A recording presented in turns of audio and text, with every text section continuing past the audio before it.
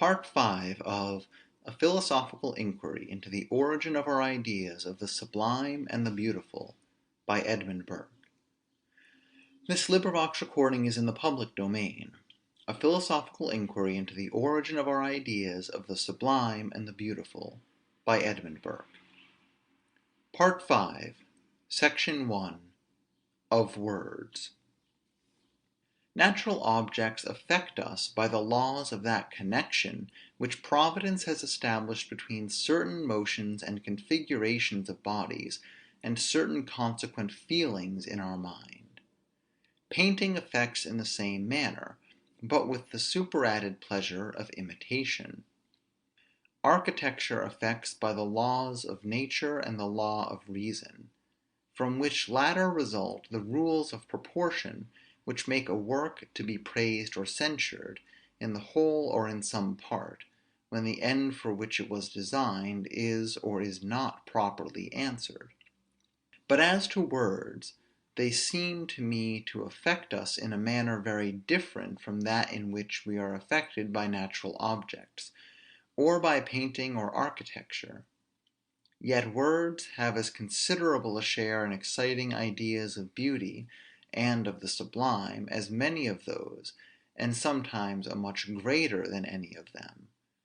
Therefore an inquiry into the manner by which they excite such emotions is far from being unnecessary in a discourse of this kind. Section 2. The common effects of poetry, not by raising ideas of things. The common notion of the power of poetry and eloquence, as well as that of words in ordinary conversation, is, that they affect the mind by raising in it ideas of those things for which custom has appointed them to stand.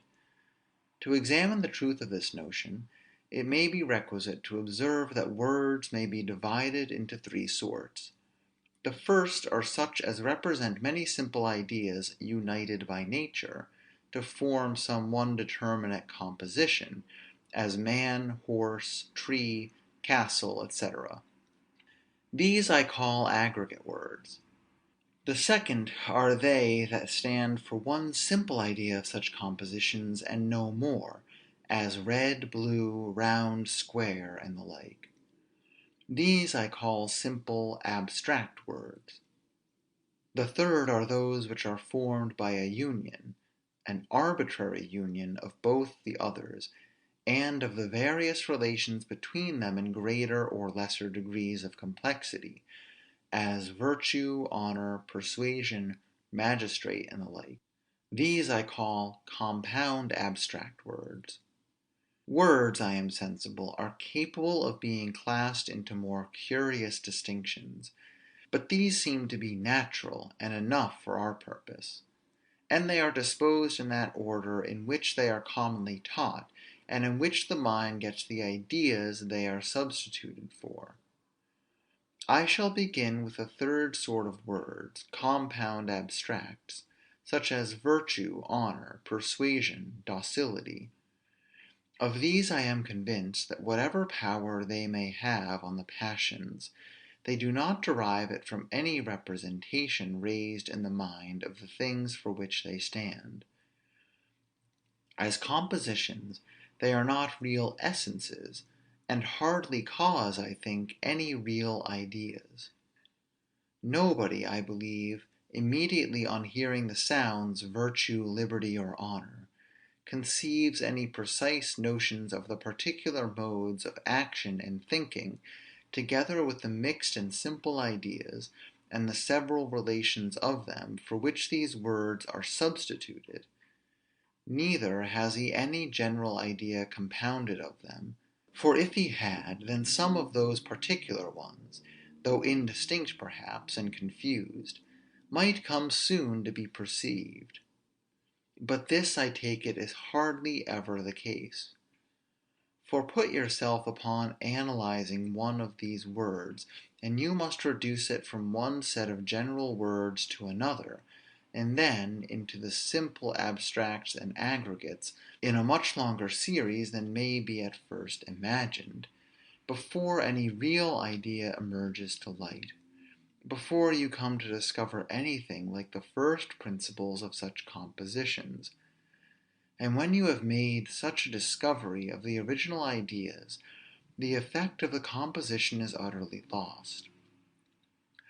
A train of thinking of this sort is much too long to be pursued in the ordinary ways of conversation, nor is it at all necessary that it should.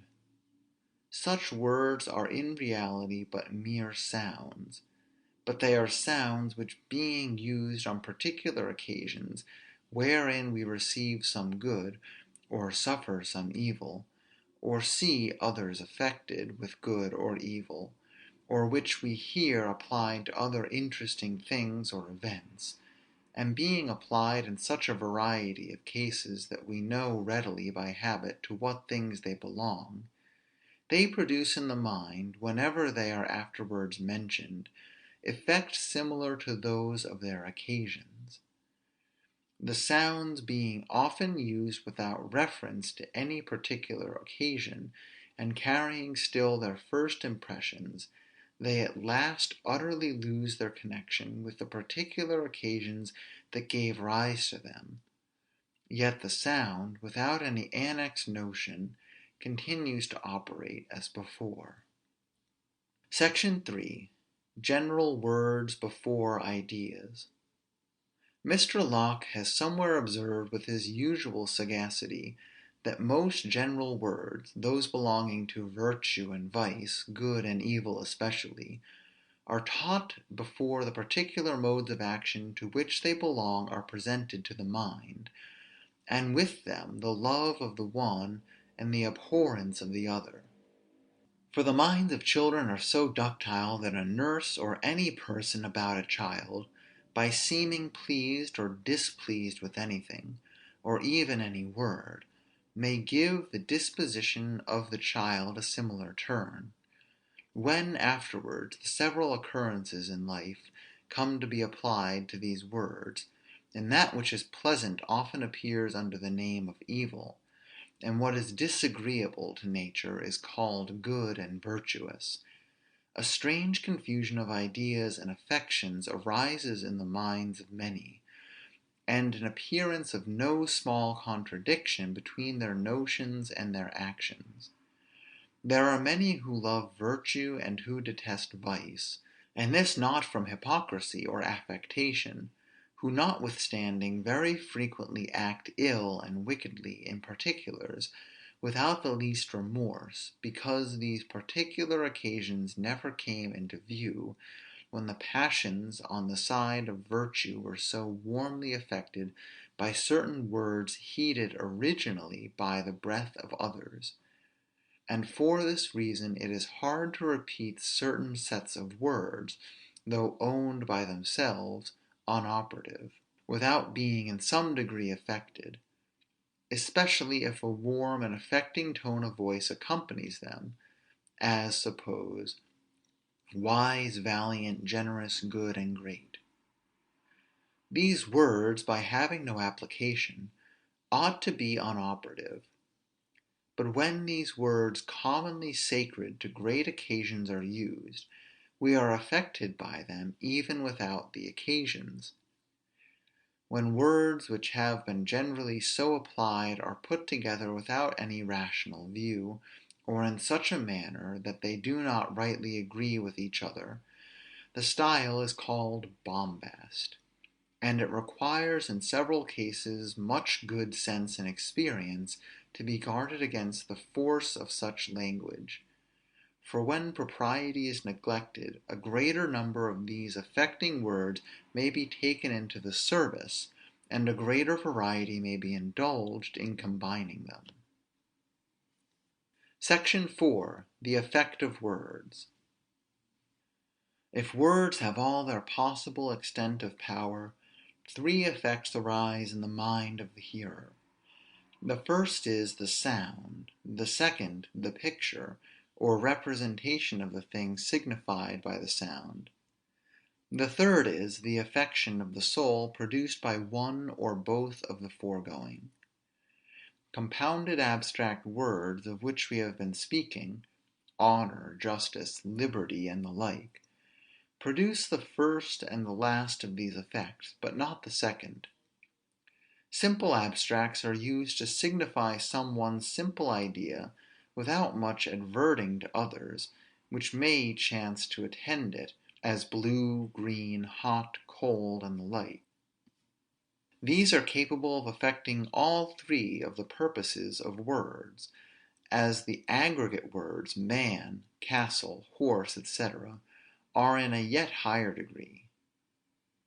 But I am of opinion that the most general effect, even of these words, does not arise from their forming pictures of the several things they would represent in the imagination, because, on a very diligent examination of my own mind, and getting others to consider theirs, I do not find that once in 20 times any such picture is formed, and when it is, there is most commonly a particular effort of the imagination for that purpose.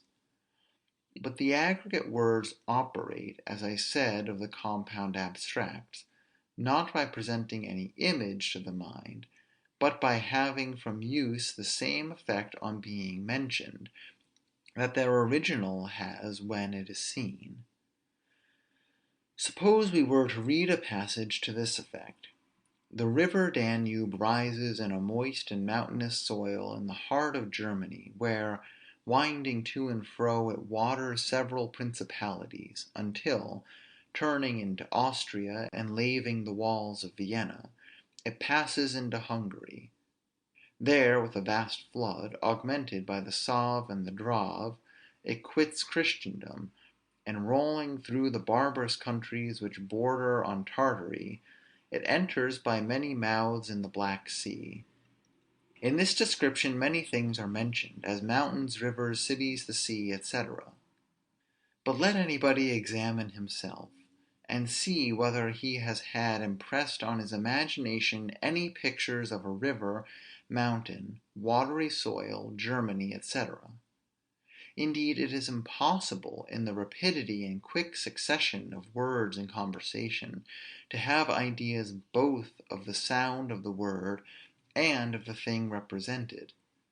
Besides, some words, expressing real essences, are so mixed with others of a general and nominal import, that it is impracticable to jump from sense to thought, from particulars to generals, from things to words, in such a manner as to answer the purposes of life; nor is it necessary that we should.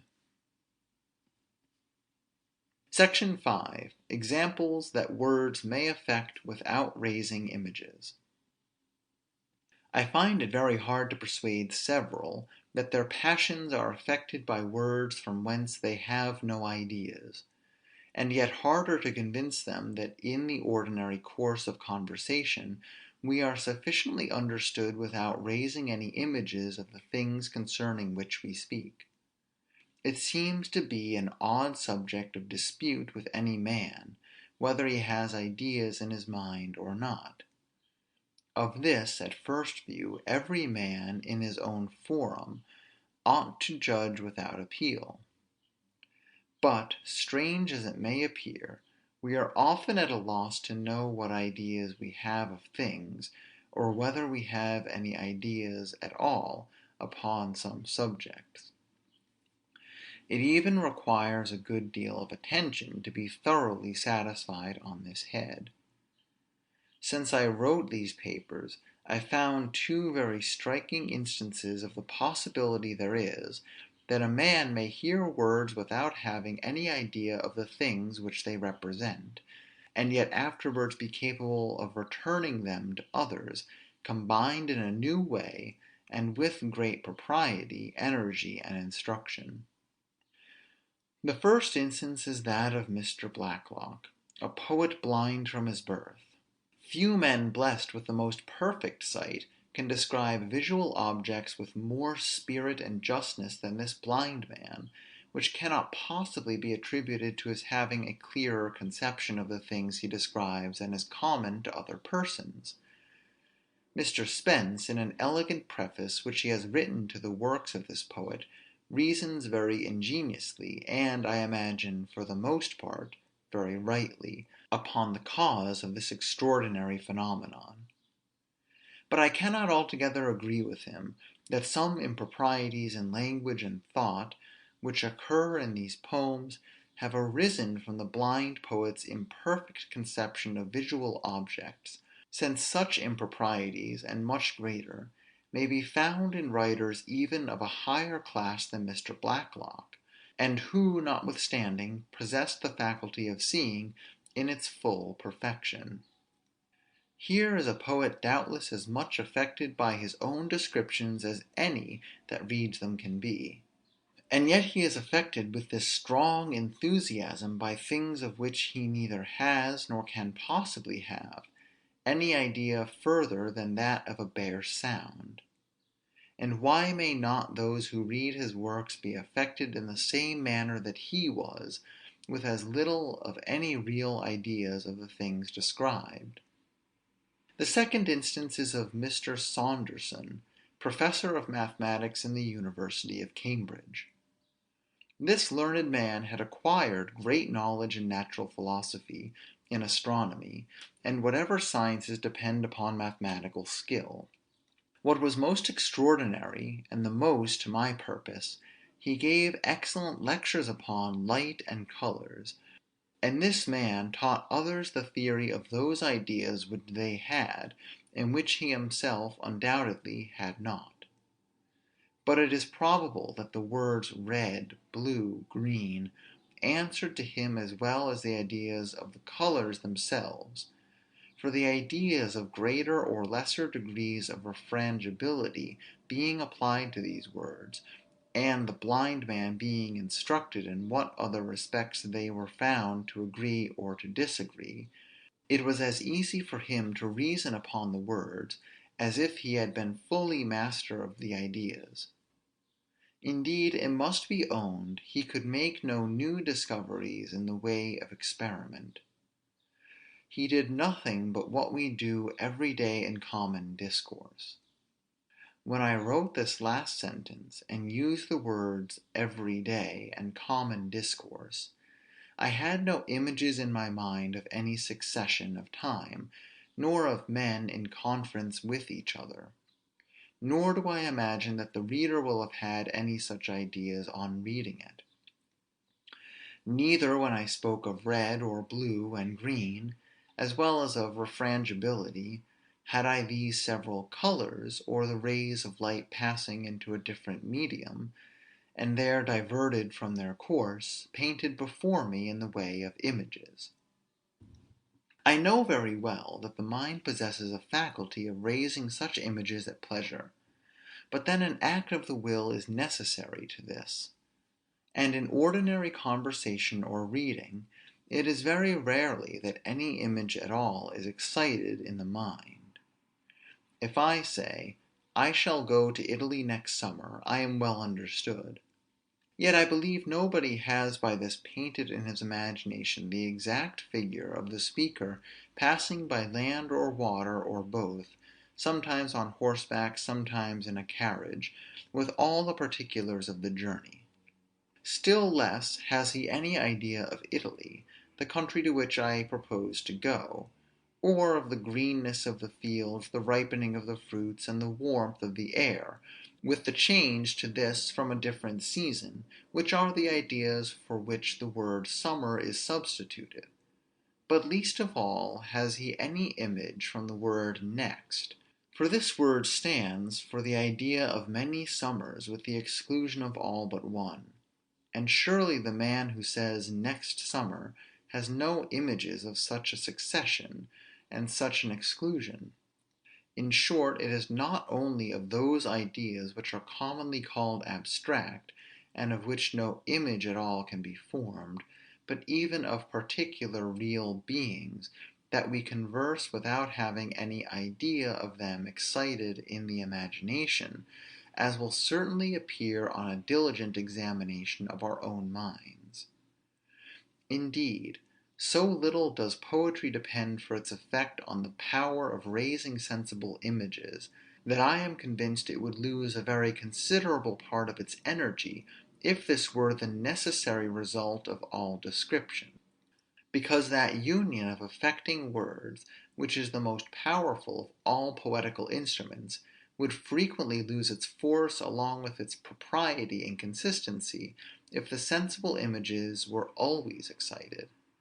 There is not perhaps in the whole Aeneid a more grand and labored passage than the description of Vulcan's cavern in Etna, and the works that are there carried on. Virgil dwells particularly on the formation of the thunder, which he describes unfinished under the hammers of the Cyclops. But what are the principles of this extraordinary composition? Tres imbris torti radios, tres nubis aquosae, adderent rutili, tres ignis et alitis ostri, fulgores nunc terrificios sonatumque, metumque, miscebant operi, flammisque sequacibus iras.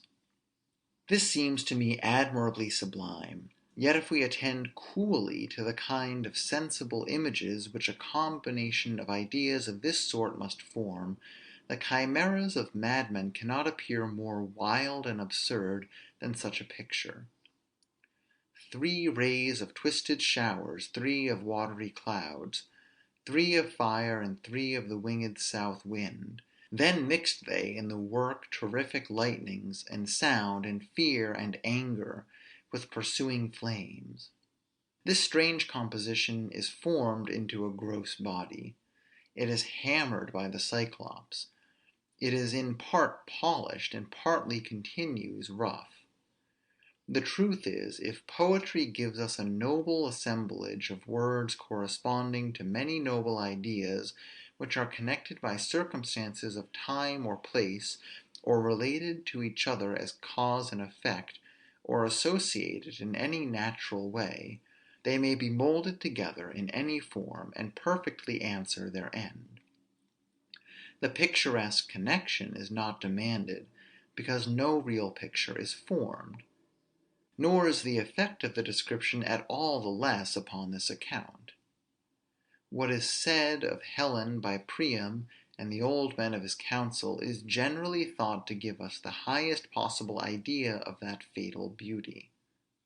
U nemesis truas kai equinimis eucnimides Achaeus toid amphi quinakai polon chronon algaea paschain aeneus athanatisi theis eis upa eokin.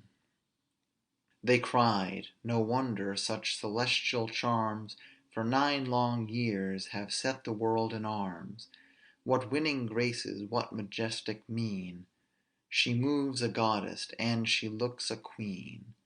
Pope. Here is not one word said of the particulars of her beauty; nothing which can in the least help us to any precise idea of her person. But yet we are much more touched by this manner of mentioning her than by those long and labored descriptions of Helen, whether handed down by tradition or formed by fancy, which are to be met with in some authors. I am sure it affects me much more than the minute descriptions which Spenser has given of Belphoebe, though I own that there are parts in that description, as there are in all the descriptions of that excellent writer, extremely fine and poetical. The terrible picture which Lucretius has drawn of religion, in order to display the magnanimity of his philosophical hero in opposing her, is thought to be designed with great boldness and spirit. Humana ante oculus fide cum vita jaceret, in terris oppressa grave sum religion, quae caput e coli regionibus ostendebat, horribili super aspectu mortalibus instans, primus gratius homo mortalis tollere contra est oculus ossus. What idea do you derive from so excellent a picture? None at all, most certainly. Neither has the poet said a single word which might in the least serve to mark a single limb or feature of the phantom, which he intended to represent in all the horrors imagination can conceive. In reality, Poetry and rhetoric do not succeed in exact description so well as painting does. Their business is to affect rather by sympathy than imitation, to display rather the effect of things on the mind of the speaker or of others, than to present a clear idea of the things themselves. This is their most extensive province, and that in which they succeed the best. Section 6. Poetry not strictly an imitative art. Hence we observe that poetry, taken in its most general sense, cannot with strict propriety be called an art of imitation. It is indeed an imitation so far as it describes the manners and passions of men which their words can express, where animi motus effert interprete lingua. There it is strictly imitation, and all merely dramatic poetry is of this sort. But descriptive poetry operates chiefly by substitution, by the means of sounds, which by custom have the effect of realities. Nothing is an imitation further than as it resembles some other thing, and words undoubtedly have no sort of resemblance to the ideas for which they stand. Section 7. How words influence the passions. Now as words affect not by any original power, but by representation, it might be supposed that their influence over the passions should be but light, yet it is quite otherwise. For we find by experience that eloquence and poetry are as capable, nay indeed much more capable, of making deep and lively impressions than any other arts, and even than nature itself in very many cases. And this arises chiefly from these three causes. First, that we take an extraordinary part in the passions of others, and that we are easily affected and brought into sympathy by any tokens which are shown of them. And there are no tokens which can express all the circumstances of most passions so fully as words; so that, if a person speaks upon any subject, he can not only convey the subject to you, but likewise the manner in which he is himself affected by it. Certain it is that the influence of most things on our passions is not so much from the things themselves as from our opinions concerning them; and these again depend very much on the opinions of other men, conveyable for the most part by words only. Secondly, there are many things of a very affecting nature, which can seldom occur in the reality, but the words that represent them often do; and thus they have an opportunity of making a deep impression and taking root in the mind, whilst the idea of the reality was transient, and to some perhaps never really occurred in any shape, to whom it is notwithstanding very affecting, as war, death, famine, etc. Besides, many ideas have never been at all presented to the senses of any men but by words, as God, angels, devils, heaven and hell; all of which have however a great influence over the passions. Thirdly, by words we have it in our power to make such combinations as we cannot possibly do otherwise. By this power of combining we are able, by the addition of well-chosen circumstances, to give a new life and force to the simple object. In painting we may represent any fine figure we please, but we never can give it those enlivening touches which it may receive from words. To represent an angel in a picture, you can only draw a beautiful young man winged; but what painting can furnish out anything so grand as the addition of one word, the angel of the Lord? It is true, I have here no clear idea, but these words affect the mind more than the sensible image did, which is all I contend for. A picture of Priam dragged to the altar's foot and there murdered, if it were well executed, would undoubtedly be very moving; but there are very aggravating circumstances which it could never represent. sanguine fudentum quos ipse sacraverat ignes. As a further instance, let us consider those lines of Milton, where he describes the travels of the fallen angels through their dismal habitation. O'er many a dark and dreary vale they passed, and many a region dolorous; o'er many a frozen, many a fiery Alp; rocks, caves, lakes, fens, bogs, dens, and shades of death; a universe of death. Here is displayed the force of union in rocks, caves, lakes, dens, bogs, fens, and shades, which yet would lose the greatest part of their effect if they were not the rocks, caves, lakes, dens, bogs, fens, and shades of death. This idea or this affection caused by a word, which nothing but a word could annex to the others, raises a very great degree of the sublime, and this sublime is raised yet higher by what follows, a universe of death. Here are again two ideas not presentable but by language, and a union of them great and amazing beyond conception. If they may properly be called ideas, which present no distinct image to the mind, but still it will be difficult to conceive how words can move the passions, which belong to real objects, without representing these objects clearly. This is difficult to us, because we do not sufficiently distinguish in our observations upon language, between a clear expression and a strong expression. These are frequently confounded with each other, though they are in reality extremely different. The former regards the understanding, the latter belongs to the passions. The one describes a thing as it is, the latter describes it as it is felt.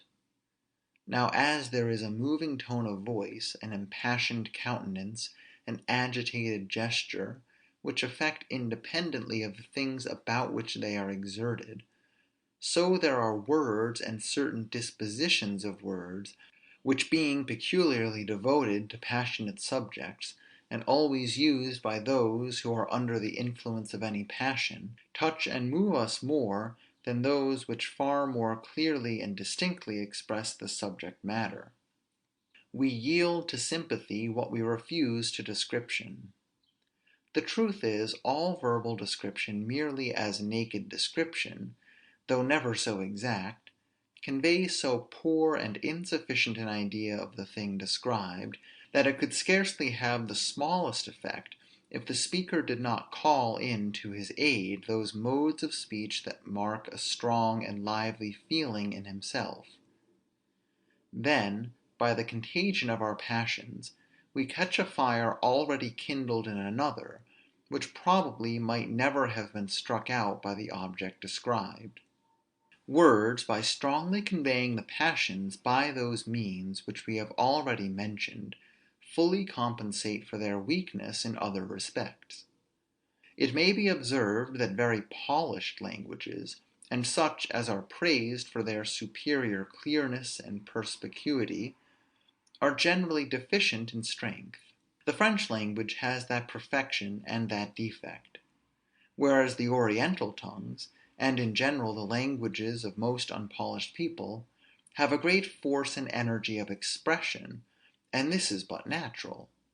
Uncultivated people are but ordinary observers of things, and not critical in distinguishing them; but for that reason they admire more, and are more affected with what they see, and therefore express themselves in a warmer and more passionate manner. If the affection be well conveyed, it will work its effect without any clear idea, often without any idea at all of the thing which has originally given rise to it. It might be expected, from the fertility of the subject, that I should consider poetry, as it regards the sublime and the beautiful, more at large. But it must be observed, that in this light it has been often and well handled already. It was not my design to enter into the criticism of the sublime and beautiful in any art, but to attempt to lay down such principles as may tend to ascertain, to distinguish, and to form a sort of standard for them, which purposes I thought might be best effected by an inquiry into the properties of such things in nature as raise love and astonishment in us, and by showing in what manner they operated to produce these passions. Words were only so far to be considered as to show upon what principle they were capable of being the representatives of these natural things, and by what powers they were able to affect us often as strongly as the things they represent, and sometimes much more strongly. End of A Philosophical Inquiry into the Origin of our Ideas of the Sublime and the Beautiful, by Edmund Burke.